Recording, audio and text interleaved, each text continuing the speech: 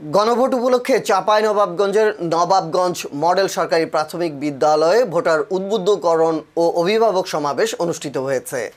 বুধবার 21 জানুয়ারি বিদ্যালয় মাঠে সমাবেশ অনুষ্ঠিত হয়। গণভোট 2026 দেশের চাবি আপনার হাতে স্লোগানে পরিবর্তনের লক্ষ্যে হ্যাঁ ভোট নিশ্চিত করার আহ্বান জানিয়ে সমাবেশের আয়োজন করা হয়। এতে সভাপতিত্ব করেন নবাবগঞ্জ মডেল সরকারি প্রাথমিক বিদ্যালয়ের প্রধান শিক্ষক লতিফা হক। সমাবেশে আরও উপস্থিত ছিলেন বিদ্যালয়ের সহকারী শিক্ষক গোলাম হামিদ, মরিয়ম নেসা, নিয়ামতুল্লাহ, জাহাঙ্গীর আলম, হাসান আলী সহ অন্যান্য শিক্ষক মণ্ডলী।